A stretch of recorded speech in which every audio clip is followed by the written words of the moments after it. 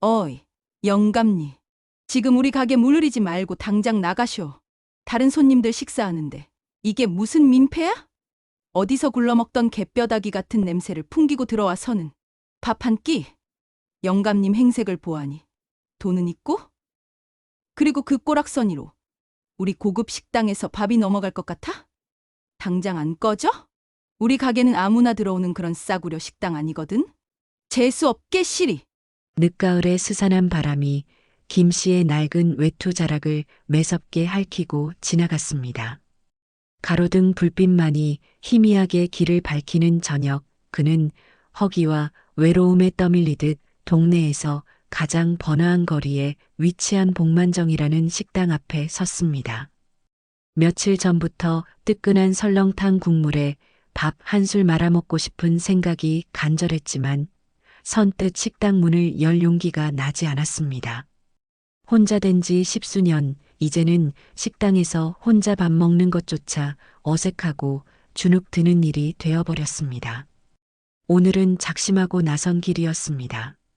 며칠 전 빙판길에 넘어져 다친 왼쪽 무릎의 통증도 한결가셨겠다. 더는 줄인 배를 움켜쥐고 처량하게 밤을 보내고 싶지 않았습니다. 김 씨는 나름대로 신경 써서 차려입었습니다. 몇 안 되는 외출복 중 가장 깨끗한 남색 외투를 걸치고 아내가 살아생전 떠준 털목도리까지 둘렀습니다. 머리도 단정히 빗었지만 문제는 그 자신도 어렴풋이 느끼고 있는 몸에서 풍기는 퀴퀴한 냄새였습니다. 노화로 인한 특유의 체취에 더해 혼자서는 목욕하는 것조차 버거워진 탓이었습니다. 다친 무릎 때문에 샤워는 엄두도 내지 못했고 고양이 세수하듯 찬물에 대충 얼굴만 씻은 지 벌써 나흘째였습니다. 설마 괜찮겠지. 스스로에게 몇 번이고 되뇌었지만 마음 한구석의 불안감은 쉬이 가시지 않았습니다. 복만정의 육중한 유리문을 밀고 들어서자 후끈한 열기와 함께 고기 익는 냄새, 사람들의 왁자지껄한 소음이 김 씨를 덮쳤습니다. 식당 안은 저녁 식사를 즐기는 손님들로 가득 차 빈자리가 거의 없어 보였습니다. 김 씨는 주눅이 들어 두리번거리며 구석진 자리를 찾으려 애썼습니다. 바로 그때였습니다. 김 씨가 식당 안으로 몇 걸음째 옮기기도 전에 그의 주변에 있던 손님 몇몇이 일제히 코를 움켜쥐며 인상을 찌푸렸습니다. 한 젊은 여자는 노골적으로 아 뭐야 냄새 라며 짜증 섞인 목소리를 냈고 맞은편에 앉은 남자는 헛기침을 하며 불쾌한 시선을 던졌습니다. 순식간에 식당 안의 공기가 싸늘하게 가라앉는 듯 했습니다. 김 씨의 얼굴은 용광로처럼 후끈 달아올랐습니다. 수십 년 전 그가 식품위생과 과장으로 재직하며 호령하던 시절에는 상상조차 할 수 없는 모욕이었습니다. 그때 화려한 금목걸이에 명품으로 보이는 핸드백을 팔았건 한눈에도 식당 주인임을 알 수 있는 중년 여성이 뾰족한 구두 소리를 또각거리며 김 씨에게 다가왔습니다. 그녀는 짙은 화장에도 불구하고 미간에 깊게 펜주름을 애써 감추려 하지 않았습니다.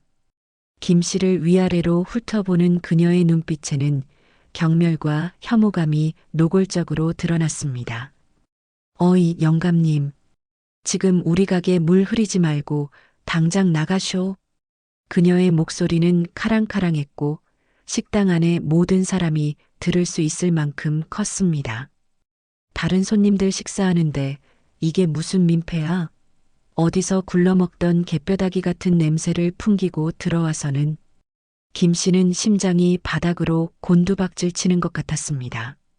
온몸에 피가 역류하는 듯한 치욕감에 손발이 부들부들 떨렸습니다. 아니, 나는 그저 밥 한 끼 먹으러 온 것뿐인데. 간신히 쥐어짜낸 목소리는 너무나 작고 힘이 없었습니다. 식당 주인은 코웃음을 치며 그의 말을 가로막았습니다. 밥 한 끼?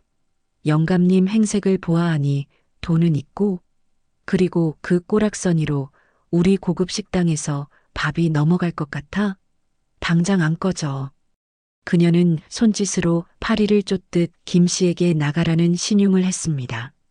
우리 가게는 아무나 들어오는 그런 싸구려 식당 아니거든. 물 관리도 좀 하고 그래야지, 원. 재수없게 시리.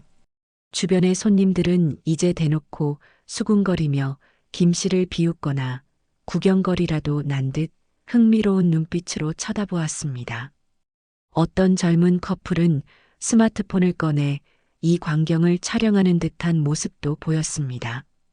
김 씨는 더 이상 아무런 저항도 할 수 없었습니다. 평생을 지켜온 자존심이 산산조각 나는 소리가 들리는 듯 했습니다. 그는 떨리는 손으로 목도리를 고쳐매고 천근만근 무거운 발걸음을 돌려 식당 문을 향했습니다. 등 뒤로 식당 주인의 에이 소금 뿌려. 재수 없는 것 들어왔다 나갔으니 소금이라도 뿌려야지. 하는 악다구니와 함께 손님들의 낄낄거리는 웃음소리가 비수처럼 날아와 꽂혔습니다. 식당 문을 나서자 차갑고 매정한 밤바람이 그의 뺨을 때렸습니다. 허기보다 더 지독한 설움과 분노가 온몸을 휘감았습니다. 김 씨는 주저앉고 싶은 것을 간신히 참고 휘청이는 걸음으로 어둠 속으로 사라졌습니다. 그날 밤 김 씨는 뜬 눈으로 밤을 지새웠습니다. 그의 가슴 속에서는 뜨거운 분노와 함께 차가운 결심이 칼날처럼 벼려지고 있었습니다. 싸늘한 골방에 돌아온 김 씨는 힘없이 이불 위에 주저앉았습니다. 복만정에서의 치욕적인 순간이 마치 고장난 영사기처럼 머릿속에서 끊임없이 반복되었습니다. 식당 주인의 경멸에 찬 눈빛, 개뼈다귀 같은 냄새라던 모욕적인 언사, 그리고 주변 손님들의 비웃음까지 하나하나가 날카로운 유리 조각이 되어 그의 심장을 후벼 팠습니다. 젊은 시절 식품위생과 사무관으로 또 과장으로 일하며 불량업소들을 호령하고 시민들의 먹거리 안전을 위해 밤낮 없이 뛰어다녔던 그였습니다. 그런 자신이 고장 냄새 때문에 그것도 자신이 관리 감독해야 할 대상인 식당에서 그런 수모를 당했다는 사실이 도저히 믿기지 않았습니다. 그는 벌떡 일어나 낡은 장롱을 열었습니다. 그리고 깊숙한 곳에 보관해 두었던 빛바랜 상자 하나를 꺼냈습니다. 상자 안에는 그가 공직에 몸담았던 시절의 흔적들이 고스란히 담겨 있었습니다. 빛바랜 표창장들, 여러 위생 관련 법규 해설서들, 그리고 그가 직접 작성했던 수많은 보고서와 기획안들이었습니다. 특히 그의 손때가 묻은 두꺼운 식품위생법 해설 책자는 너덜너덜해질 정도로 자주 들춰보았던 것이었습니다. 책장을 넘기던 그의 눈에 한 문구가 들어왔습니다. 누구든지 정당한 사유 없이 차별받지 아니한다. 그는 그 문구를 한참 동안 뚫어져라 쳐다보았습니다. 가슴 속에서 뜨거운 무언가가 울컥 치밀어 올랐습니다. 이것은 단순히 개인적인 모욕을 넘어선 문제였습니다. 인간의 존엄성에 대한 짓밟힘이자 자신이 평생을 바쳐 지켜온 법과 원칙에 대한 정면 도전이었습니다. 그는 욕실로 들어가 차가운 물에 세수를 했습니다.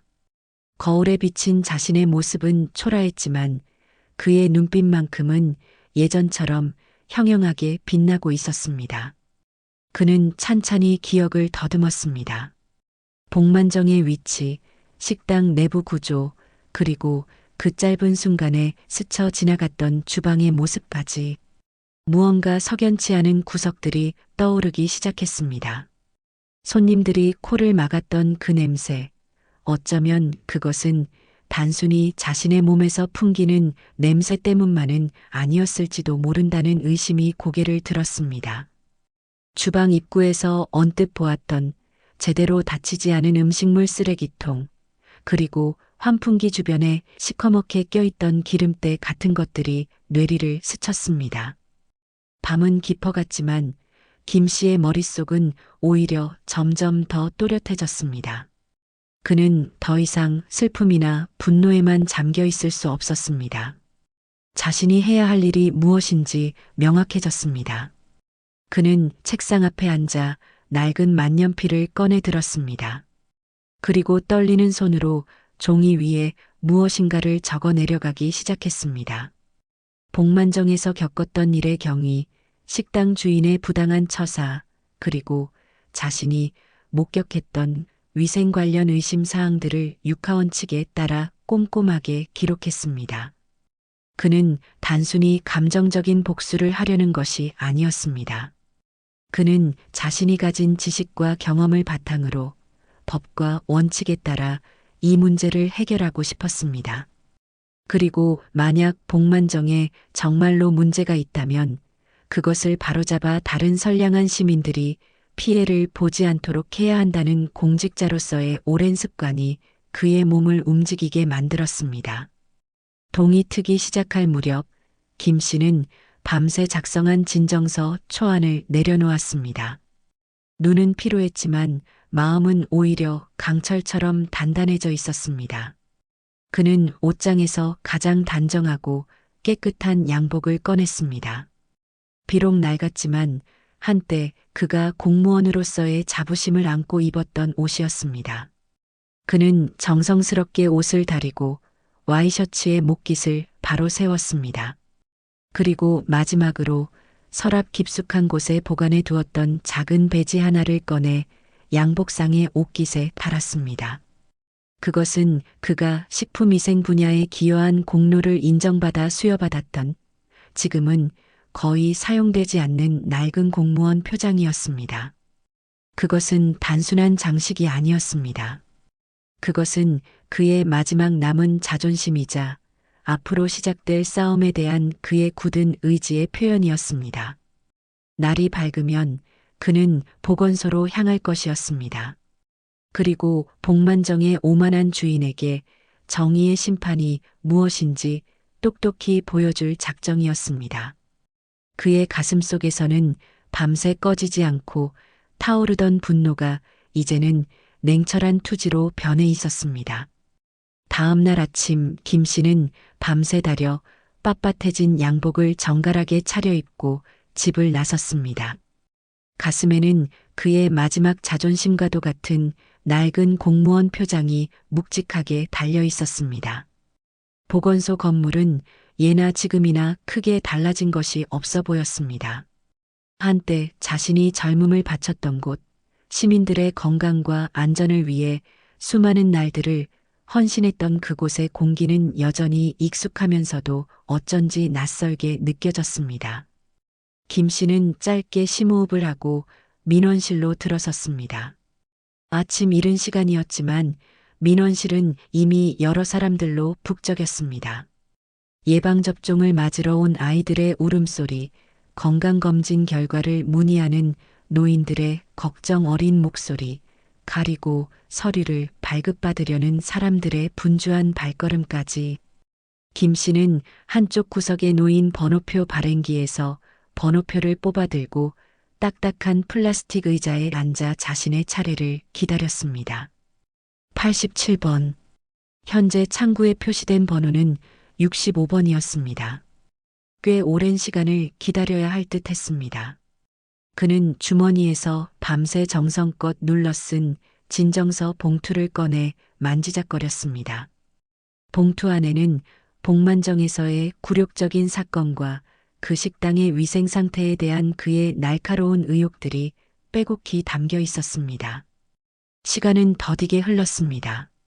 김 씨는 창구 직원들의 모습을 물끄러미 바라보았습니다.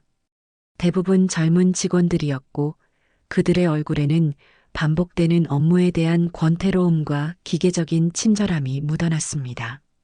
김 씨가 현역으로 일하던 시절과는 사뭇 다른 풍경이었습니다. 그때는 공무원이라는 직업에 대한 사명감과 자부심이 있었고 민원인 한 사람 한 사람의 이야기에 귀 기울이려 노력했었습니다. 물론 세월이 흘렀으니 많은 것이 변했으리라 생각했지만 어쩐지 씁쓸한 마음이 드는 것은 어쩔 수 없었습니다. 문득 김 씨의 눈에 익숙한 얼굴 하나가 들어왔습니다. 민원실 안쪽 가장 높은 직급의 자리로 보이는 곳에 앉아 서류를 결제하고 있는 중년의 남성이었습니다. 희끗희끗한 머리, 두툼한 안경 너머로 보이는 날카로운 눈매. 김 씨는 심장이 덜컥 내려앉는 것 같았습니다. 혹시 박 국장인가? 과거 김 씨가 식품위생과 과장으로 재직할 당시 그의 밑에서 사무관으로 일했던 박진수. 명석하고 일처리가 빨랐지만 때로는 지나치게 권력지향적이고 약삭빠른 모습을 보여 김 씨가 내심 경계했던 인물이었습니다. 만약 그가 맞다면 지금쯤 보건소 국장이나 소장급으로 승진해 있을 가능성이 높았습니다. 김 씨는 자신도 모르게 자리에서 일어날 뻔했습니다. 하지만 이내 생각을 고쳐먹었습니다. 지금의 자신은 초라한 민원인일 뿐 과거의 상사로서 그에게 아는 척을 할 처지가 아니었습니다. 그리고 설령 그가 자신을 알아본다 한들 과연 지금의 자신을 반갑게 맞아줄까 하는 회의감도 들었습니다. 김 씨는 조용히 다시 자리에 앉아 고개를 숙였습니다. 1시간 가까이 기다렸을까 드디어 김 씨의 번호가 창구 전광판에 떴습니다. 그는 다소 뻣뻣해진 무릎을 일으켜 해당 창구로 다가갔습니다. 창구에 앉은 젊은 여직원은 김 씨의 남루한 행색과 그에게서 풍기는 희미한 냄새의 순간 미간을 살짝 찌푸리는 듯 했지만 이내 업무적인 미소를 지으며 용건을 물었습니다. 안녕하십니까, 어르신. 무엇을 도와드릴까요? 김 씨는 준비해온 진정서 봉투를 내밀며 차분하지만 단호한 목소리로 말했습니다. 어제 시내에 있는 복만정이라는 식당에서 부당한 일을 당했고 그 식당의 위생 상태에 심각한 문제가 있는 것으로 보여 정식으로 조사를 요청하고자 합니다. 여직원은 진정서 봉투를 받아들고는 별다른 표정 변화 없이 내용을 훑어보기 시작했습니다. 그녀의 눈동자는 빠르게 글자들을 스쳐 지나갔지만 그 안에 담긴 김 씨의 절박함과 분노는 전혀 읽어내지 못하는 듯 했습니다. 잠시 후 그녀는 진정서를 책상 위에 내려놓고는 김 씨에게 시큰둥한 말투로 대답했습니다. 어르신, 이런 종류의 민원은 저희가 바로 처리해드리기 좀 어렵습니다. 단순 개인 간의 다툼이나 불쾌감에 대해서는 저희가 직접 개입할 법적 근거가 부족하고요. 위생 점검도 정기 점검 계획에 따라 순차적으로 진행되는 것이라서요. 그녀의 말은 한마디로 귀찮으니 다른 곳에 가서 알아보라는 뜻으로 들렸습니다. 김 씨는 가슴속에서 뜨거운 것이 치밀어 오르는 것을 느꼈습니다. 단순한 다툼이 아니오. 명백한 인격 모독이자 식품위생법을 위반했을 가능성이 높은 사안이란 말이오. 그의 목소리가 저도 모르게 높아졌습니다. 주변 사람들의 시선이 다시 한번 그에게 쏠렸습니다. 여직원은 당황한 기색이 역력했지만 이내 짜증 섞인 표정으로 반박했습니다. 어르신, 여기서 이러시면 곤란합니다. 규정이 그렇다는 말씀을 드리는 겁니다. 그리고 냄새 문제는 저희 소관이 아닙니다. 그녀의 마지막 말은 김 씨의 아픈 곳을 다시 한번 후벼 파는 듯 했습니다. 김 씨는 절망감에 휩싸였습니다. 이렇게 문전박대당할 것이라고는 예상하지 못했습니다. 자신의 진심과 분노가 고작 냄새 문제와 규정이라는 차가운 단어들 앞에 무력하게 무너지는 것 같았습니다. 그는 떨리는 손으로 진정서를 다시 집어들려 했습니다.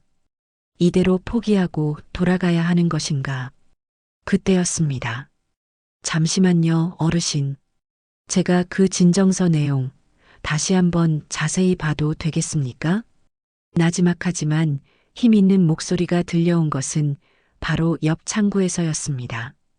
고개를 돌리자 30 초반쯤으로 보이는 젊은 남자 직원이 진지한 눈빛으로 김 씨를 바라보고 있었습니다. 그의 이름표에는 박서준, 식품위생팀이라고 적혀 있었습니다. 박서준은 앞선 여직원과는 달리 김 씨의 이야기를 처음부터 주의 깊게 듣고 있었던 모양입니다. 그는 김 씨의 격앙된 목소리, 그리고 식품위생법 위반 가능성이라는 단어에서 무언가 심상치 않은 점을 감지한 듯 했습니다. 박서준은 여직원에게 잠시 양해를 구하고 김 씨의 진정서를 건네받았습니다. 그는 김 씨가 밤새 눌러 쓴 글자 하나하나를 놓치지 않으려는 듯 꼼꼼하게 읽어 내려갔습니다. 진정서에는 단순히 감정적인 호소만 있는 것이 아니었습니다. 복만정에서 겪었던 구체적인 상황 묘사와 함께 식당 주인의 발언, 그리고 그가 의심하는 위생 문제점들이 논리 정연하게 기술되어 있었습니다. 특히 식품적계급소의 위생관리 기준, 미비, 종사자, 개인위생 불량 의심, 정당한 사유 없는 이용 거부로 인한 소비자 권익 침해 등 전문적인 용어까지 정확하게 사용된 것을 보고 박서준은 내심 놀랐습니다. 이 노인이 단순히 화가 나서 찾아온 사람이 아니라는 직감이 강하게 들었습니다. 진정서를 다 읽은 박서준은 김 씨에게 물었습니다. 어르신 실례지만 혹시 이쪽 분야에 대해 잘 알고 계십니까? 진정서 내용이 매우 구체적이고 전문적이어서요. 김 씨는 박서준의 예리한 질문에 잠시 그를 바라보았습니다. 젊지만 총명해 보이는 눈빛, 그리고 자신을 대하는 태도에서 진정성이 느껴졌습니다. 그는 모든 것을 다 털어놓을까 잠시 망설였지만 아직은 때가 아니라고 판단했습니다. 그저 평소에 관심이 좀 있었을 뿐이요. 그리고 내 눈으로 직접 본 것들을 사실대로 적었을 뿐이고, 박서준은 더 이상 캐묻지 않았습니다. 하지만 그는 이미 확신을 가진 듯 했습니다. 그는 김 씨에게 말했습니다. 어르신, 이 문제는 제가 책임지고 다시 한번 검토해 보겠습니다. 단순히 넘길 사안이 아닌 것 같습니다. 오늘 중으로 어떻게 진행할 수 있을지 확인해서 연락드리겠습니다. 괜찮으시겠습니까? 김 씨는 박서준의 단호하면서도 신뢰감 있는 말에 가슴 한구석에서 다시 희미한 희망이 피어오르는 것을 느꼈습니다. 마치 칠흑 같은 어둠 속에서 한 줄기 빛을 발견한 기분이었습니다. 그는 떨리는 목소리로 감사 인사를 전하고 연락처를 남겼습니다. 박서준은 김 씨에게 정중히 고개를 숙여 인사했고, 김 씨는 그의 진심 어린 태도에 다시 한번 깊은 인상을 받았습니다. 보건소를 나서는 김 씨의 발걸음은 올 때처럼 무겁지만은 않았습니다. 어쩌면 자신의 마지막 싸움을 도와줄 의로운 조력자를 만났을지도 모른다는 예감이 들었기 때문입니다. 그의 가슴 속에서는 꺼져가던 불씨가 다시금 작은 불꽃을 피우기 시작하고 있었습니다. 박서준은 김 씨가 돌아간 후 그의 진정서를 들고 곧장 자신의 자리로 돌아왔습니다. 그는 다시 한번 진정서의 내용을 꼼꼼히 읽어보며 김 씨가 제기한 문제점들을 하나하나 분석하기 시작했습니다. 복만정 식당 주인의 폭언과 모욕적인 처사는 명백한 인격 침해였고, 김 씨가 지적한 주방 위생 문제들은 식품위생법 위반의 소지가 다분했습니다. 특히 정당한 사유 없는 이용 거부는 소비자 기본법에도 저촉될 수 있는 사안이었습니다.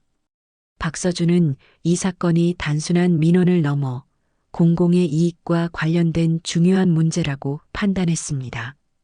그는 즉시 복만정에 대한 과거 위생 점검 기록과 행정처분 이력 등을 전산 시스템으로 조회했습니다. 놀랍게도 복만정은 지난 3년간 단 한 차례의 정식 위생 점검도 받지 않았으며, 간헐적인 민원 제기가 있었음에도 불구하고 별다른 행정 조치 없이 넘어간 기록들이 발견되었습니다. 무언가 석연치 않은 구석이 많았습니다. 박서준은 자신의 직속 상관인 식품위생팀장에게 김 씨의 민원 내용과 복만정의 과거 기록에 대해 보고했습니다. 하지만 최 팀장은 시큰둥한 반응을 보였습니다. 최 팀장은 보건소 내에서도 일명 복지부동의 대명사로 불리는 인물로 웬만한 일에는 좀처럼 움직이려 하지 않고 특히 지역 상인들과의 마찰을 극도로 꺼리는 성향이었습니다. 박 주무관, 또 뭘 그렇게 시끄럽게 만드나? 그 영감님 딱 보니 그냥 진상 민원인이더구먼. 냄새 좀 난다고 식당에서 쫓겨난 게 뭐 그리 대수라고. 복만정 사장, 이 여사? 그 양반이 얼마나 깐깐하고 깔끔한 사람인데 위생 문제라니 당치도 않아. 최 팀장은 책상 서랍에서 주전부리를 꺼내 입에 넣으며 건성으로 대꾸했습니다. 그리고 복만정이면 우리 지역에서 세금도 많이 내고 이런저런 행사에도 협조 잘하는 곳이야. 괜히 긁어부스럼 만들지 말고 적당히 구두 경고나 하고 마무리하게. 박서준은 최 팀장의 안일한 태도에 실망감을 감출 수 없었습니다. 팀장님, 하지만 민원인의 주장이 매우 구체적이고 실제로 복만정의 위생점검 기록도 미비한 점이 많습니다.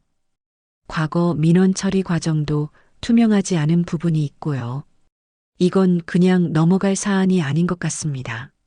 최 팀장은 박서준의 반박에 심기가 불편한 듯 미간을 찌푸렸습니다. 박 주무관, 아직 젊어서 뭘 잘 모르는 모양인데 세상 일이라는 게 다 법대로만 되는 게 아니야. 좋은 게 좋은 거라고, 다들 그렇게 넘어가는 거라고. 괜히 정의감에 불타서 일 크게 만들 생각 말고 내 말대로 조용히 처리해. 안 그러면 자네만 피곤해질 수 있어. 그의 목소리에는 은근한 협박의 기운마저 감돌았습니다. 박서준은 최 팀장의 말이 단순한 충고가 아님을 직감했습니다. 어쩌면 복만정 주인과 보건소 내부에 어떤 유착관계가 형성되어 있을지도 모른다는 의심마저 들었습니다. 하지만 박서준은 물러서고 싶지 않았습니다. 김 씨의 억울함과 그의 눈빛에서 읽었던 간절함, 그리고 무엇보다 공무원으로서의 자신의 양심이 그것을 허락하지 않았습니다. 그는 밤늦게까지 사무실에 남아 관련 법규와 판례들을 다시 한번 꼼꼼히 검토하고 복만정에 대한 위생점검 계획 초안을 작성했습니다. 그는 이 문제를 단순히 덮을 수 없다는 확신을 굳혔습니다. 다음 날 박서준은 최 팀장을 건너뛰고 곧바로 보건소장에게 직접 보고를 올릴 결심을 했습니다. 보건소장은 평소 강직하고 원칙을 중시하는 인물로 알려져 있었기에 일말의 기대를 걸어볼 만했습니다. 하지만 보건소장실 문 앞에서 그는 뜻밖의 인물과 마주쳤습니다. 바로 어제 민원실에서 보았던 김 씨가 박 국장이라고 생각했던 그 중년의 남성이었습니다. 그는 현재 보건소의 실질적인 2인자인 기획행정실장이었습니다. 박 실장은 박서준을 위아래로 훑어보더니 차가운 목소리로 물었습니다. 박서준 주무관, 무슨 일인가? 소장님은 지금 바쁘신데. 박서준은 당황했지만 침착하게 복만정 관련 민원과 점검 필요성에 대해 설명했습니다. 박 실장은 팔짱을 낀 채 무표정한 얼굴로 그의 이야기를 듣고 있었습니다. 그의 눈빛은 좀처럼 속을 읽을 수 없었습니다. 박서준의 설명이 끝나자 박 실장은 나지막하지만 위압적인 목소리로 말했습니다. 최 팀장에게 이미 보고받은 사안이군. 박 주무관, 의욕이 넘치는 건 좋지만 가끔은 그 의욕이 조직 전체에 해가 될 수도 있다는 걸 알아야 하네. 그 문제는 최 팀장 선에서 적절히 처리하도록 지시했으니 자네는 더 이상 신경 쓰지 않는 게 좋겠네. 그의 말은 사실상 복만정 문제를 더 이상 확대하지 말라는 경고였습니다. 박서준은 절망감에 휩싸였습니다. 보건소 내부에 보이지 않는 벽은 생각보다 훨씬 더 높고 단단했습니다. 그는 힘없이 자신의 자리로 돌아와 책상 위에 놓인 김 씨의 진정서를 바라보았습니다. 과연 이 싸움을 계속할 수 있을까? 그때 그의 휴대전화가 울렸습니다. 발신자는 김 씨였습니다. 박 주무관, 혹시 바쁘지 않다면 잠깐 만날 수 있겠소? 어제 미처 하지 못한 이야기가 있어서, 그리고 혹시 도움이 될까 싶어 준비한 자료도 좀 있고. 김 씨의 목소리는 차분했지만 그 안에 담긴 무게감은 박서준에게 새로운 용기를 불어넣어 주었습니다. 그날 오후 박서준은 퇴근 후 약속 장소인 동네 작은 찻집에서 김 씨를 만났습니다. 김 씨는 낡은 서류 가방에서 빛바랜 법규집과 판례집, 그리고 자신이 과거에 직접 처리했던 유사 사건들의 기록들을 꺼내 놓았습니다. 그 자료들은 수십 년의 세월이 흘렀음에도 불구하고 매우 체계적으로 정리되어 있었고, 중요한 부분에는 붉은색 밑줄과 함께 꼼꼼한 메모까지 적혀 있었습니다. 박서준은 그 자료들을 보며 다시 한번 김 씨의 비범함에 감탄하지 않을 수 없었습니다. 김 씨는 박서준에게 자신의 과거를 조심스럽게 털어놓기 시작했습니다. 자신이 과거 식품위생과에서 오랜 기간 근무했으며 수많은 불량업소들을 적발하고 위생행정을 바로 세우기 위해 노력했던 이야기들을 담담하게 풀어놓았습니다. 그는 자신이 어떤 직책에 있었는지 구체적으로 밝히지는 않았지만 그의 이야기와 그가 내미는 자료들은 그가 단순한 실무자가 아니었음을 충분히 짐작하게 했습니다. 박 주무관, 나는 그저 개인적인 복수를 하려는 것이 아니오. 내가 평생을 바쳐 지켜온 가치, 그리고 법과 원칙이 바로 서는 것을 보고 싶을 뿐이오. 복만정 같은 업소가 버젓이 영업을 하고 선량한 시민들이 피해를 보는 것을 더 이상 두고 볼 수 없소. 김 씨의 눈빛은 확신에 차 있었습니다. 박서준은 김 씨의 이야기에 깊은 감명을 받았습니다. 그의 눈앞에 있는 초라한 노인은 단순한 민원인이 아니었습니다.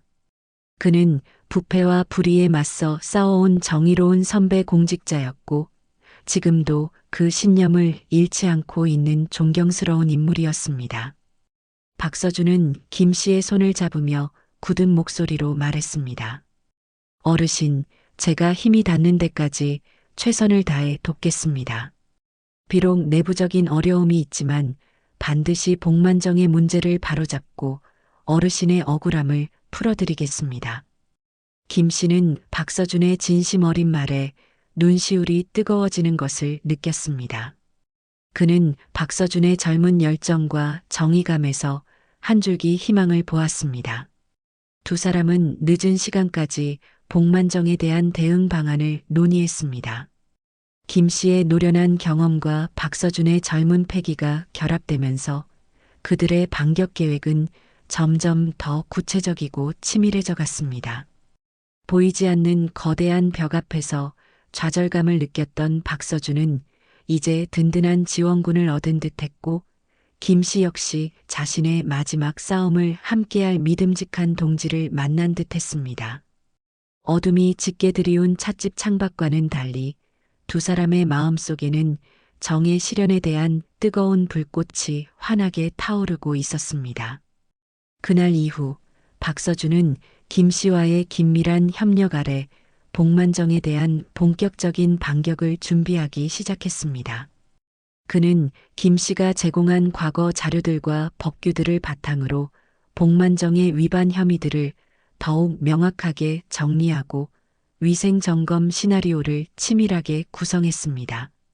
김 씨는 마치 노련한 장수가 전투를 앞두고 전략을 짜듯 복만정에 예상되는 문제점들, 주방 뒤편의 식자재 창고, 낡은 환풍시설, 직원들의 위생관념 부재 등을 정확히 짚어냈고, 식당 주인 이 씨가 점검에 대비해 어떤 식으로 증거를 인멸하거나 변명할지에 대해서도 날카롭게 예측했습니다. 박서준은 김 씨의 조언을 하나도 놓치지 않고 점검 계획에 반영했습니다. 내부적인 방해는 여전했습니다. 최 팀장은 사사건건 박서준의 계획에 제동을 걸려 했고 기획행정실장인 박 실장의 차가운 시선도 계속해서 느껴졌습니다. 하지만 박서준은 더 이상 위축되지 않았습니다. 그는 김 씨로부터 얻은 용기와 지혜, 그리고 스스로의 신념을 바탕으로 꿋꿋하게 자신의 길을 걸었습니다. 그는 복만정에 대한 공식 위생 점검 공문을 발송했고 민원인인 김 씨에게 점검 과정에 동행할 권리가 있음을 알렸습니다. 김 씨는 당연히 동행하겠다는 뜻을 밝혔습니다. 그의 마지막 싸움의 현장에 직접 참여하여 모든 것을 자신의 눈으로 확인하고 싶었습니다. 한편 복만정의 주인 이 씨에게도 보건소의 점검 공문이 전달되었습니다. 그녀는 처음에는 코웃음을 쳤습니다. 그깟 영감탱이 하나 때문에 보건소에서 설마 여기까지 오겠어? 그리고 내가 누군데 이 동네에서 나 모르는 공무원도 있나? 그녀는 평소 자신이 뇌물과 향응으로 관리해온 보건소 내부 인맥을 믿고 있었습니다. 하지만 며칠 뒤 그녀에게 심상치 않은 소문들이 들려오기 시작했습니다. 보건소에 젊고 패기 넘치는 박서준이라는 주무관이 이번 사건을 맡았는데 그가 보통 내기가 아니라는 것, 그리고 그 뒤에 보이지 않는 누군가의 지원이 있는 것 같다는 이야기였습니다. 이 씨는 그제야 사태의 심각성을 조금씩 느끼기 시작했습니다. 그녀는 부랴부랴 평소 알고 지내던 시의원이나 지역 유지들에게 연락을 취해 보건소에 압력을 넣어달라고 부탁했지만 예전처럼 쉽게 통하지 않았습니다. 점검일이 다가올수록 이 씨는 초조해졌습니다. 그녀는 직원들을 닥달하여 평소에는 거들떠보지도 않던 주방 대청소를 지시하고 유통기한이 지난 식자재들을 몰래 빼돌리려 시도했습니다. 하지만 이미 때는 늦은 감이 있었습니다. 수년간 방치해온 위생 불량의 흔적들을 단 며칠 만에 완벽하게 지우는 것은 불가능했습니다. 그녀의 오만하고 거침없던 얼굴에는 점차 불안과 공포의 그림자가 드리워지기 시작했습니다. 그녀는 점검 당일 어떤 식으로든 이 위기를 모면해야 한다고 생각하며 도끼를 품었습니다. 드디어 점검 당일 아침이 밝았습니다. 김 씨는 평소보다 일찍 일어나 정성껏 몸단장을 했습니다. 낡았지만 깨끗하게 다려진 양복, 반짝거리게 닦은 구두, 그리고 가슴에 단정하게 달린 낡은 공무원 표장까지. 그의 모습은 마치 중요한 전투를 앞둔 노장과 같았습니다. 박서준 역시 밤새 긴장감에 잠을 설쳤지만 그의 눈빛은 결연함으로 가득 차 있었습니다. 그는 점검에 필요한 서류와 장비들을 다시 한번 꼼꼼히 챙겼습니다. 약속된 시간에 김 씨와 박서준은 보건소 앞에서 만났습니다. 박서준은 이번 점검을 위해 식품위생팀에서 가장 원칙적이고 꼼꼼하기로 소문난 동료 한 명을 더 대동했습니다. 세 사람은 굳은 표정으로 보건소 차량에 올라 복만정으로 향했습니다. 차 안에서는 무거운 침묵이 흘렀습니다. 김 씨는 창밖으로 빠르게 지나가는 풍경들을 바라보며 지난날의 치욕을 떠올렸습니다. 하지만 이제 그의 마음속에는 분노나 슬픔보다는 정의를 실현하겠다는 차분하고 강한 의지만이 남아 있었습니다. 복만정 앞에 도착했을 때 식당은 아직 문을 열기 전인 듯 조용했습니다. 하지만 굳게 닫힌 유리문 너머로 부산하게 움직이는 사람들의 그림자가 보였습니다. 아마도 이 씨와 직원들이 마지막까지 증거를 인멸하거나 점검에 대비하고 있는 것이리라. 박서준은 심호흡을 한번 하고 차에서 내렸습니다. 김 씨와 동료 직원도 그의 뒤를 따랐습니다. 세 사람이 식당 문 앞에 서자 안에서 인기척을 느꼈는지 잠시 후 육중한 유리문이 천천히 열렸습니다. 문을 열고 나온 것은 다름 아닌 식당 주인 이 씨였습니다. 그녀는 애써 태어난 척 미소를 지으려 했지만 잔뜩 긴장한 표정과 파르르 떨리는 입술은 감출 수 없었습니다. 그녀의 눈빛은 이전의 오만함 대신 교활함과 도끼로 가득 차 있었습니다. 그녀는 김 씨를 발견하고는 순간적으로 얼굴을 굳혔지만 이내 박서준에게 시선을 고정하며 앙칼진 목소리로 물었습니다. 아이고, 이른 아침부터 귀한 분들이 어쩐 일로 여기까지 행차하셨을까? 우리 가게가 뭐 큰 죄라도 지었소? 그녀의 말투는 겉으로는 공손한 척했지만 그 안에는 가시가 잔뜩 돋쳐 있었습니다. 그리고 그녀의 시선은 김 씨를 향해 내 놈 때문에 이 모든 일이 벌어졌다고 말하는 듯 강렬한 저기를 뿜어내고 있었습니다.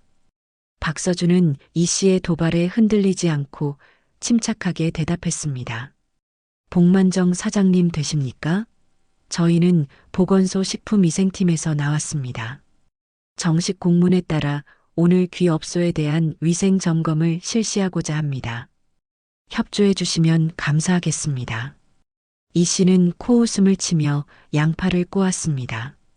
위생 점검? 우리 가게만큼 깨끗한 곳이 이 동네에 또 있을까? 그 영감탱이 말만 믿고 여기까지 오신 모양인데 헛걸음하신 겁니다. 그리고 저 영감은 또 왜 데리고 온 거요? 여기가 무슨 구경거리라도 되는 줄 아나? 그녀는 노골적으로 김 씨를 손가락질하며 비아냥거렸습니다. 김 씨는 아무 말 없이 굳은 표정으로 이 씨를 응시했습니다. 그의 침묵은 그 어떤 말보다 더 큰 압박감으로 이 씨를 짓눌렀습니다. 폭풍전야의 긴장감이 식당 앞을 감쌌습니다. 예고된 충돌, 그리고 피할 수 없는 진실의 순간이 바로 눈앞에 다가와 있었습니다. 김 씨와 박서준, 그리고 이 씨. 세 사람의 운명을 건 질긴 싸움이 이제 막 시작되려 하고 있었습니다. 이 씨의 날카로운 저항에도 불구하고 박서준과 그의 동료는 조금의 동요도 없이 복만정 내부로 들어섰습니다.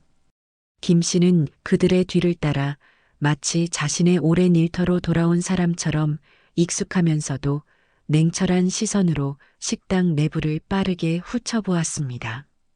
홀의 청결 상태는 겉보기에는 나쁘지 않았지만 김 씨의 예리한 눈은 테이블 밑구석에 쌓인 먼지 뭉치와 의자 다리에 말라붙은 음식물 자국을 놓치지 않았습니다. 이 씨는 잔뜩 신경이 곤두선 채 그들의 뒤를 바짝 따라붙으며 연신 변명을 늘어놓았습니다. 어제 우리 직원들이 밤새도록 대청소를 해서 먼지 하나 없을 겁니다. 매일 아침 저녁으로 쓸고 닦는데 뭘 그리 샅샅이 보십니까? 박서준은 이 씨의 말에 일일이 대꾸하지 않고 곧바로 주방으로 향했습니다. 주방은 식당의 심장과도 같은 곳이자 위생 상태가 가장 극명하게 드러나는 장소였습니다. 주방 문을 열자 겉보기와는 달리 정돈되지 않은 내부 모습과 함께 미묘하게 시큼한 냄새가 코를 자극했습니다.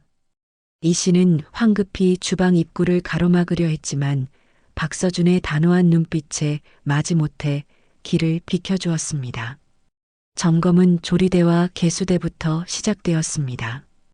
박서준의 동료는 살균 소독기 작동 여부와 식기류의 건조 상태를 확인했고 박서준은 조리 도구들의 청결도를 꼼꼼히 살폈습니다. 칼과 도마에는 미세한 칼집 사이사이에 음식물 찌꺼기가 끼어 있었고 행주는 축축하게 젖은 채 아무렇게나 방치되어 있었습니다. 이 씨는 아이고, 그건 방금 쓰던 거라 그래요.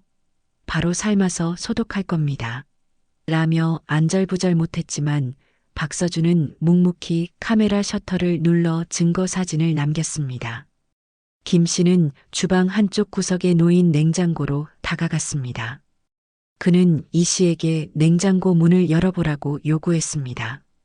이 씨는 마지못해 냉장고 문을 열었고 그 순간 역한 냄새와 함께 정리되지 않은 내부가 드러났습니다.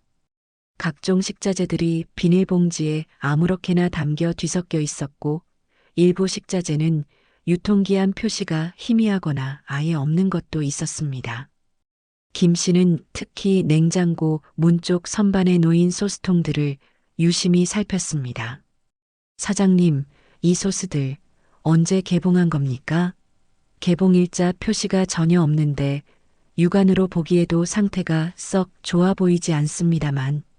김 씨의 지적에 이 씨는 얼굴이 벌개지며 아, 그건 어제 새로 만든 겁니다.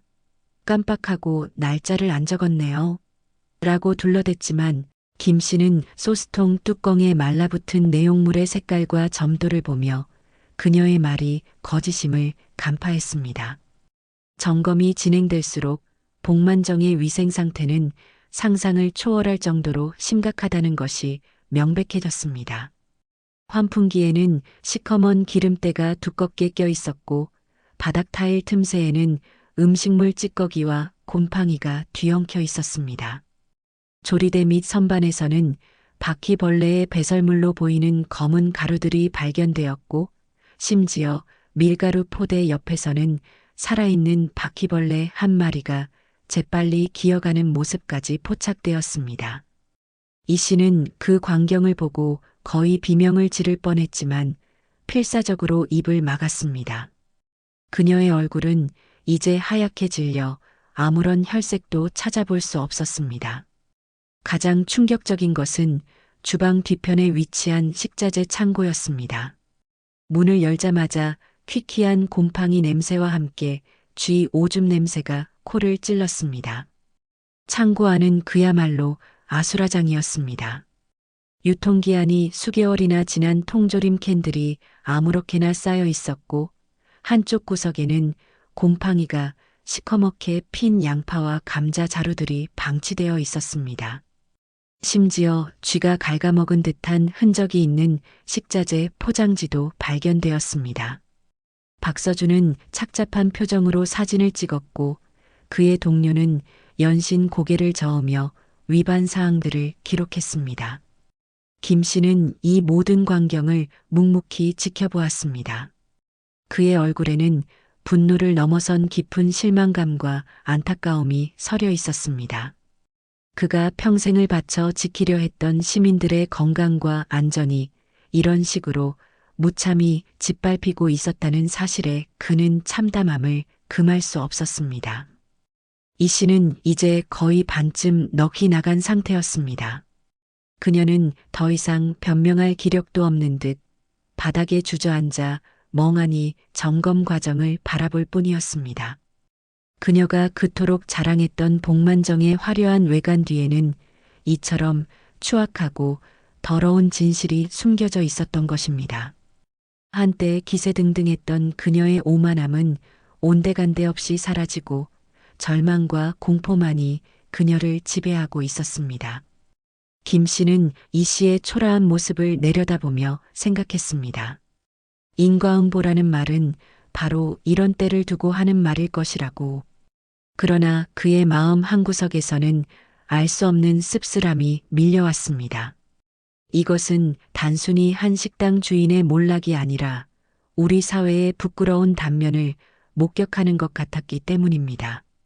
식자재 창고에서의 충격적인 발견 이후 복만정의 위생 점검은 사실상 막바지에 이르렀습니다.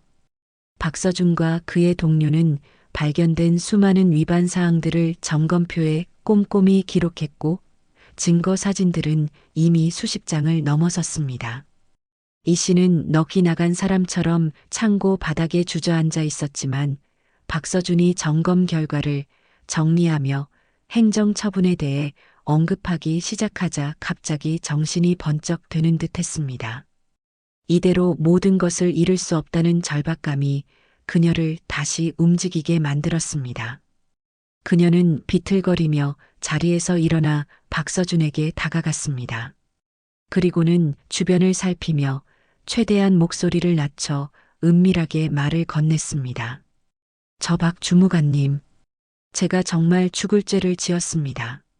하지만 한 번만, 딱 한 번만 눈 감아 주시면 안 될까요? 제가 성의 표시는 확실하게 하겠습니다. 원하시는 게 있으시면 뭐든지.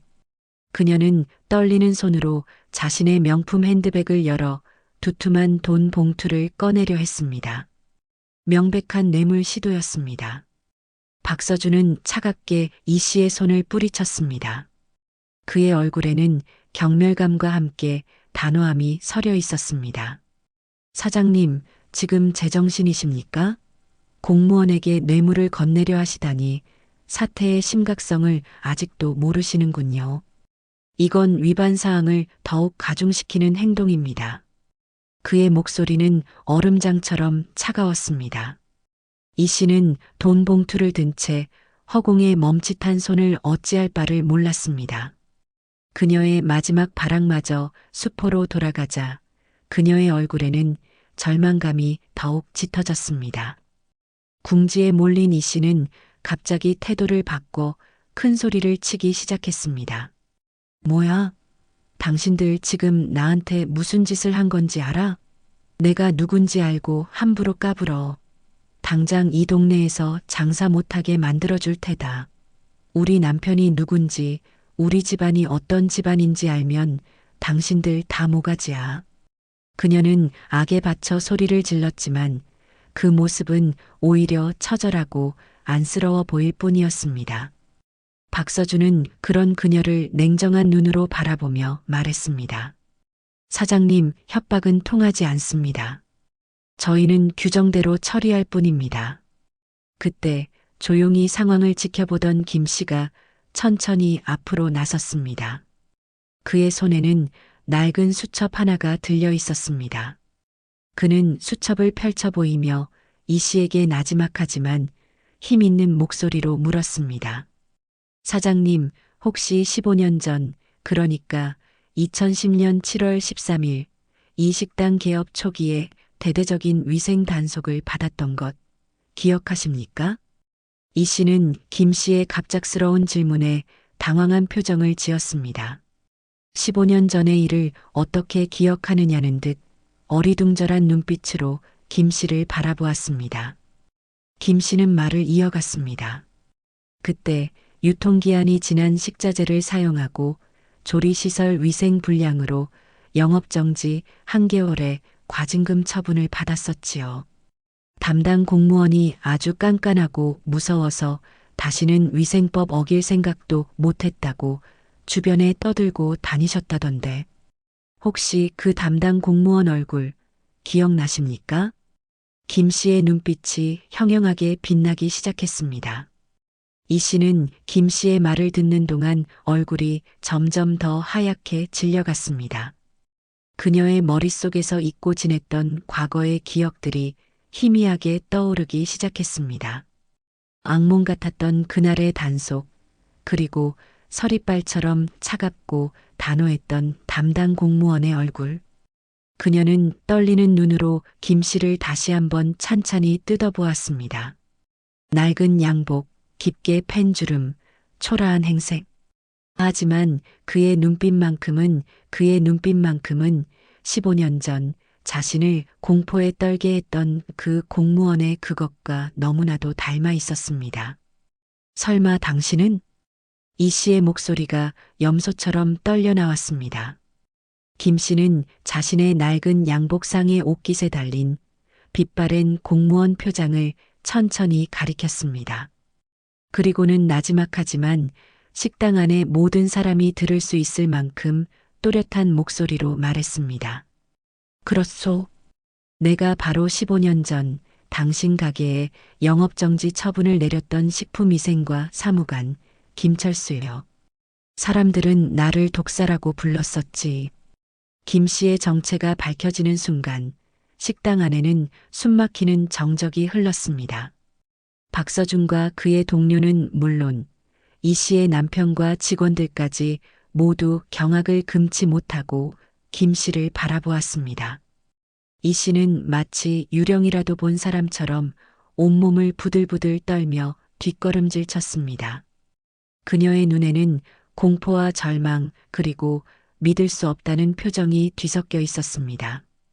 자신이 냄새 난다고 갯벼닥이 취급하며 내쫓았던 초라한 노인이 사실은 과거 자신에게 악몽을 선사했던 전설적인 위생 단속 공무원이었다는 사실을 그녀는 도저히 받아들일 수가 없었습니다. 오만했던 그녀의 마지막 자존심마저 산산조각 나는 순간이었습니다. 하늘이 무너지는 듯한 절망감이 그녀를 덮쳤습니다. 그녀는 다리에 힘이 풀려 그대로 바닥에 주저앉아 버렸습니다. 김 씨의 정체가 폭탄처럼 터진 후 복만정의 주방은 그야말로 아수라장이 되었습니다. 이 씨는 실성한 사람처럼 바닥에 주저앉아 헛웃음을 터뜨리다가는 또다시 흐느껴 울기를 반복했습니다. 그녀의 남편과 직원들은 어찌할 바를 모르고 안절부절 못하며 서로의 눈치만 살필 뿐이었습니다. 박서준과 그의 동료 역시 예상치 못한 반전에 잠시 할 말을 잃었지만 이내 정신을 차리고 점검 마무리 절차에 들어갔습니다. 김 씨는 더 이상 아무 말도 하지 않았습니다. 그의 존재 자체가 이미 이 씨에게는 가장 큰 형벌이었기 때문입니다. 점검 결과는 참혹했습니다. 식품위생법 위반 사항만 해도 수십 가지에 달했고 그중 상당수는 시민들의 건강을 심각하게 위협할 수 있는 중대한 위반들이었습니다. 박서준은 점검표에 기록된 위반 사항들을 하나하나 이 씨에게 고지했습니다. 유통기한 경과 식자재 사용 및 보관, 비위생적인 조리 환경, 해충 발생 방치, 종사자, 개인위생 불량, 허위 과대 광고 청결함을 내세웠던 문구들 등 각각의 항목마다 과태료 부과는 물론 시정 명령과 영업정지 처분이 불가피해 보였습니다. 특히 과거 동일한 위반으로 행정처분을 받은 전력이 있었기 때문에 가중 처벌될 가능성도 높았습니다. 박서준은 최종적으로 복만정에 대해 식품위생법 제반 규정 위반을 근거로 최대 3개월의 영업정지와 함께 수천만 원에 달하는 과징금 부과, 그리고 위생등급 최하위 판정을 내릴 예정임을 통보했습니다.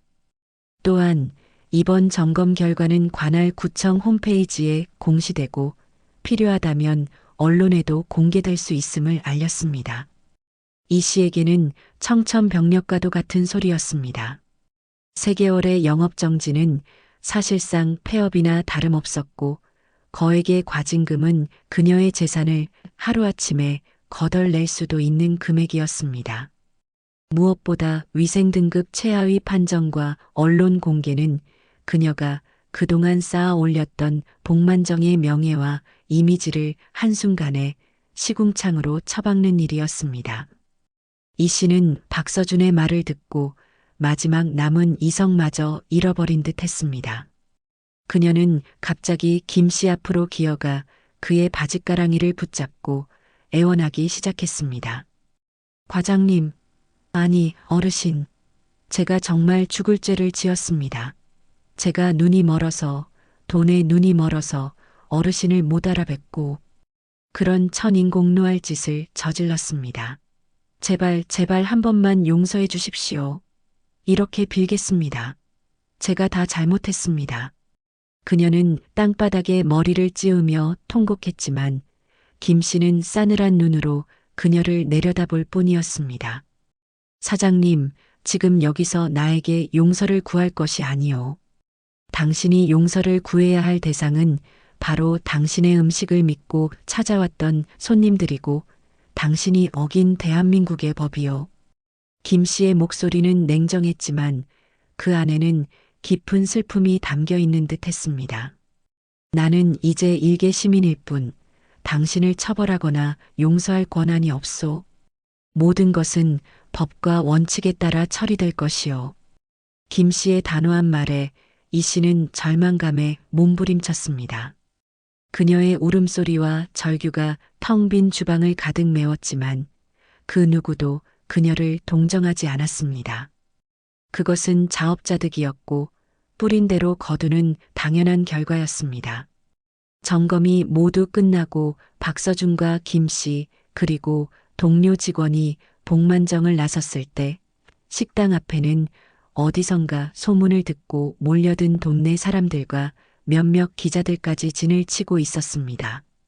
박서준은 기자들의 질문에 정식 절차에 따라 위생 점검을 실시했으며 자세한 결과는 추후 공식적으로 발표할 예정이라고 짧게 답변했습니다.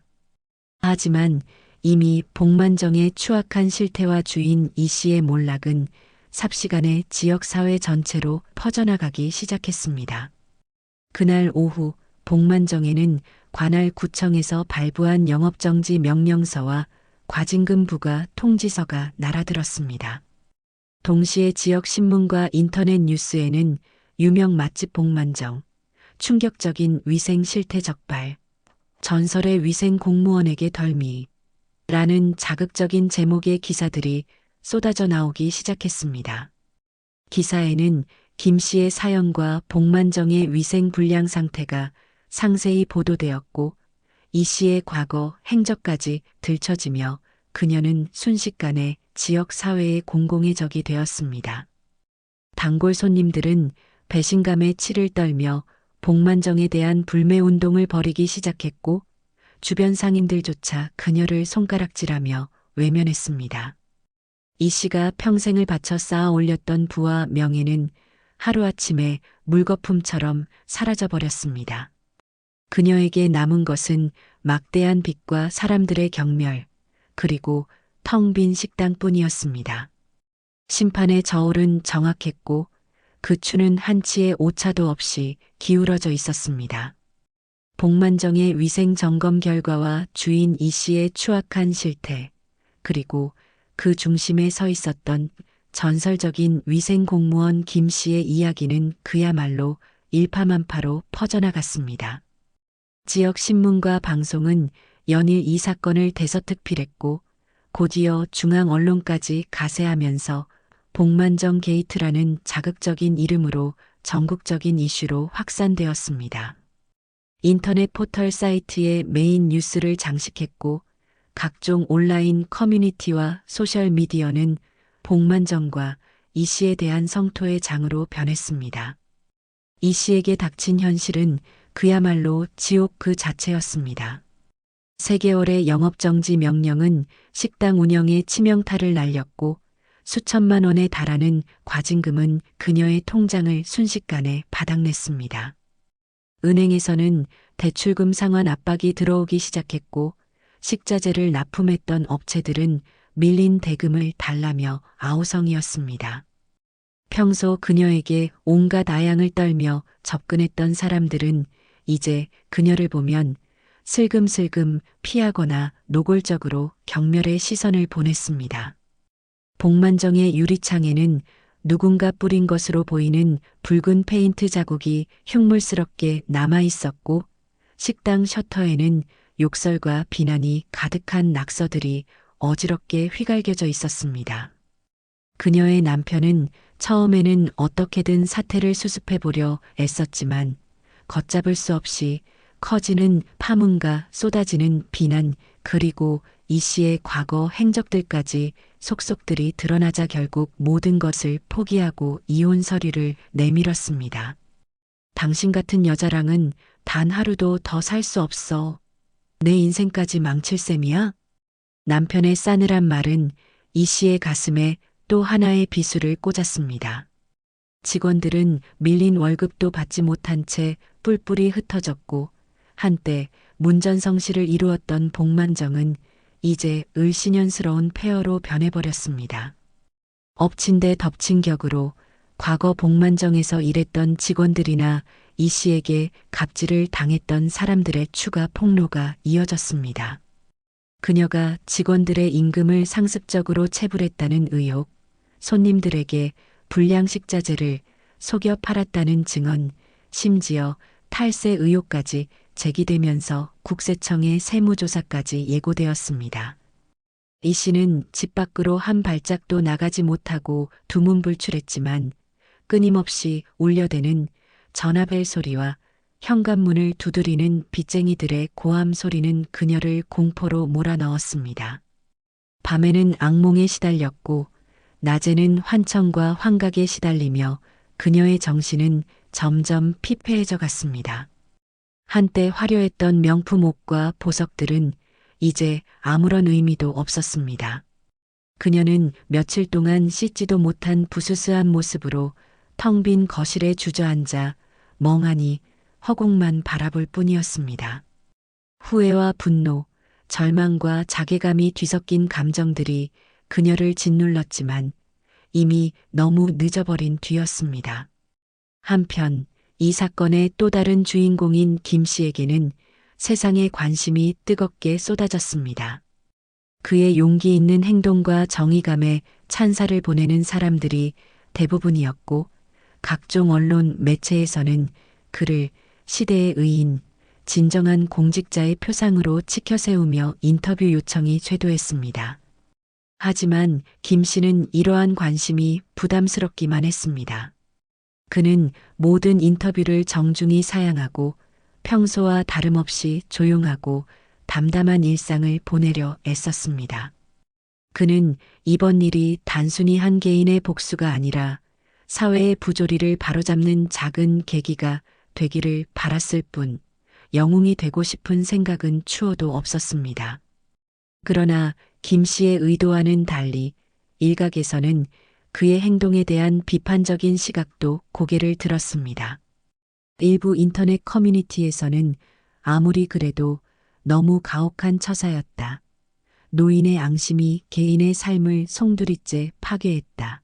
정의 실현도 좋지만 최소한의 연민은 가져야 하는 것 아니냐는 식의 동정론과 함께 김 씨를 비난하는 목소리도 나왔습니다. 이러한 논쟁은 온라인을 뜨겁게 달구었지만 대다수의 여론은 여전히 죄를 지었으면 벌을 받는 것이 마땅하다는 쪽으로 기울어져 있었습니다.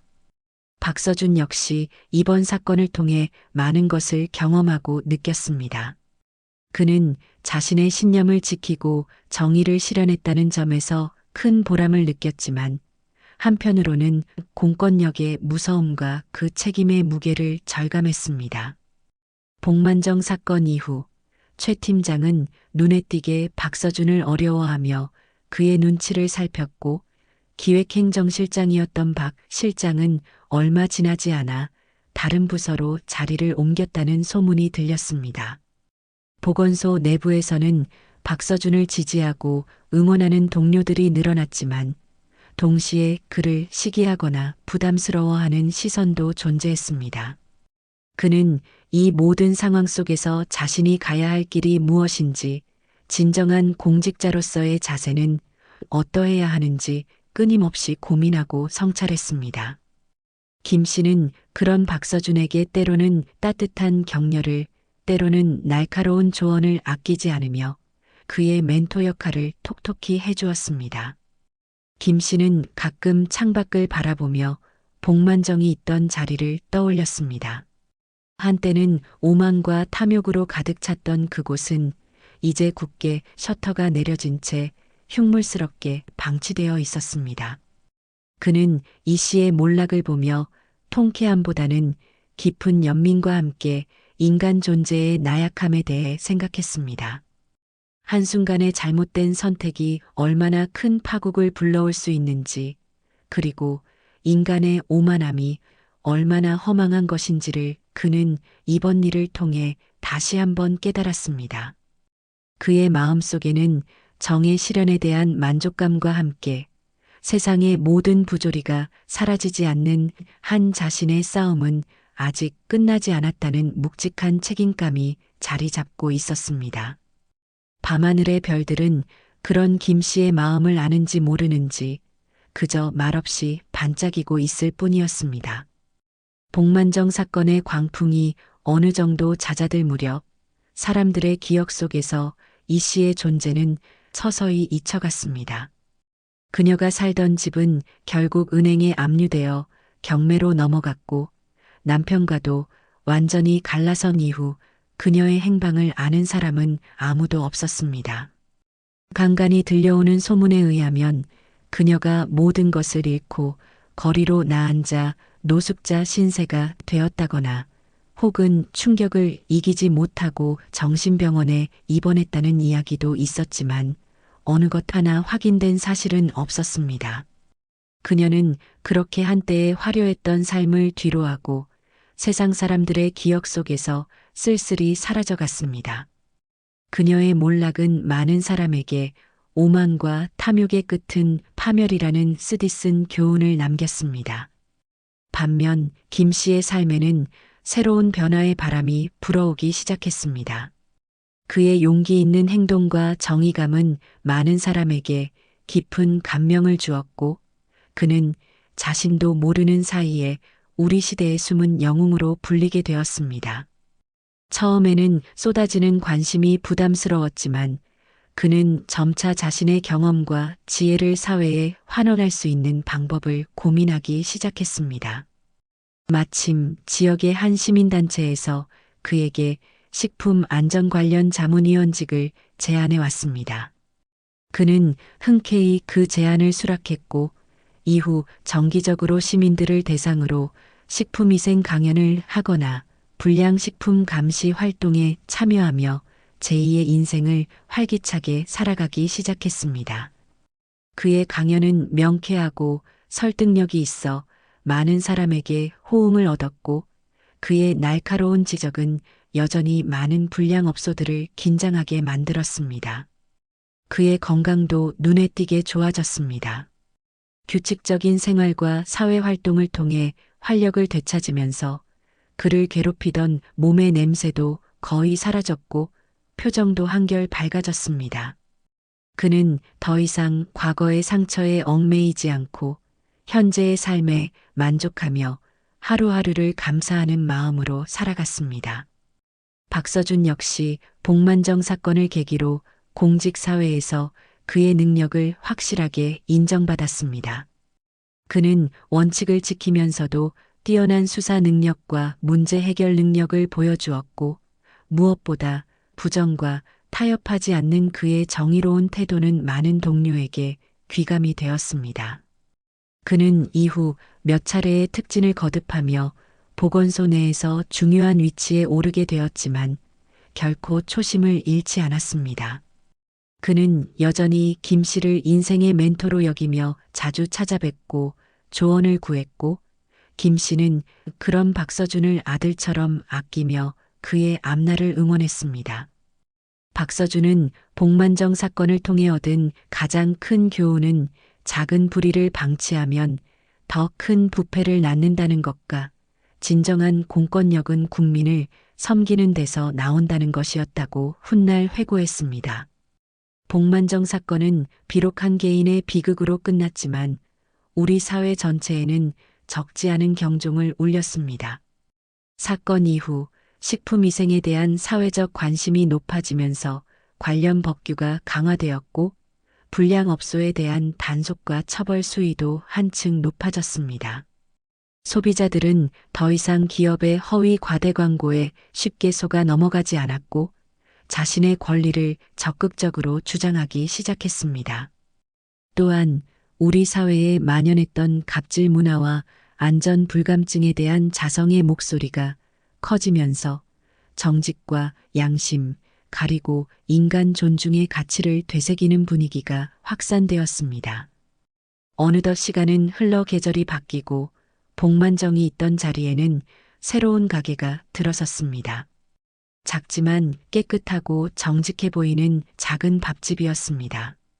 그곳을 지날 때마다 김 씨는 알 수 없는 미소를 지었습니다. 세상은 여전히 불완전하고 부조리한 일들로 가득하지만 그럼에도 불구하고 아주 조금씩 더 나은 방향으로 나아가고 있다는 작은 희망을 그는 느낄 수 있었습니다. 그의 마지막 싸움은 결코 헛되지 않았던 것입니다. 폐허 위에서도 새로운 싹이 돋아나듯 절망 속에서도 희망은 언제나 조용히 그러나 끈질기게 피어오르고 있었습니다. 그리고 그 희망을 지켜나가는 것은 바로 우리 모두의 몫이라는 것을 김 씨는 그의 삶을 통해 묵묵히 증명해 보이고 있었습니다. 제11장 세월의 강물 저편, 뜻밖의 조우. 그로부터 몇 년의 세월이 더 흘렀습니다. 김 씨는 여전히 시민단체의 자문위원으로 활동하며 건강하고 활기찬 노년을 보내고 있었습니다. 박서준은 이제 보건소의 과장으로 승진하여 여전히 정의롭고 유능한 공무원으로서 시민들의 신뢰를 받고 있었습니다.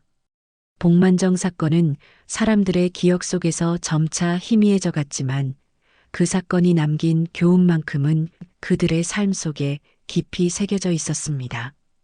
그러던 어느 늦봄, 김 씨는 박서준과 함께 인근 도시에서 열리는 식품 안전 관련 학회에 참석하게 되었습니다.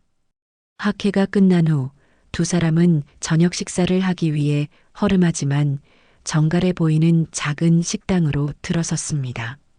식당 안은 소박했지만 따뜻한 분위기가 감돌았고 음식 맛도 꽤 괜찮았습니다. 식사를 마치고 계산을 하려는데 주방에서 나온 식당 주인이 계산대 앞에 섰습니다. 초라한 행색에 얼굴에는 깊은 주름이 패어 있었지만 어딘지 모르게 낯익은 모습이었습니다. 김 씨는 잠시 고개를 갸웃거리다가 문득 그녀의 눈빛을 보고 숨이 멎는 듯한 충격을 받았습니다. 몇 년 전 자신에게 온갖 모욕을 퍼붓고 결국 비참하게 몰락했던 복만정의 주인 이 씨였습니다. 그녀는 과거에 화려하고 오만했던 모습은 온데간데 없이 마치 세월의 풍파를 온몸으로 맞은 듯 초췌하고 늙어 보였습니다. 하지만 그녀의 눈빛만큼은 예전처럼 도끼 서린 모습이 아니었습니다.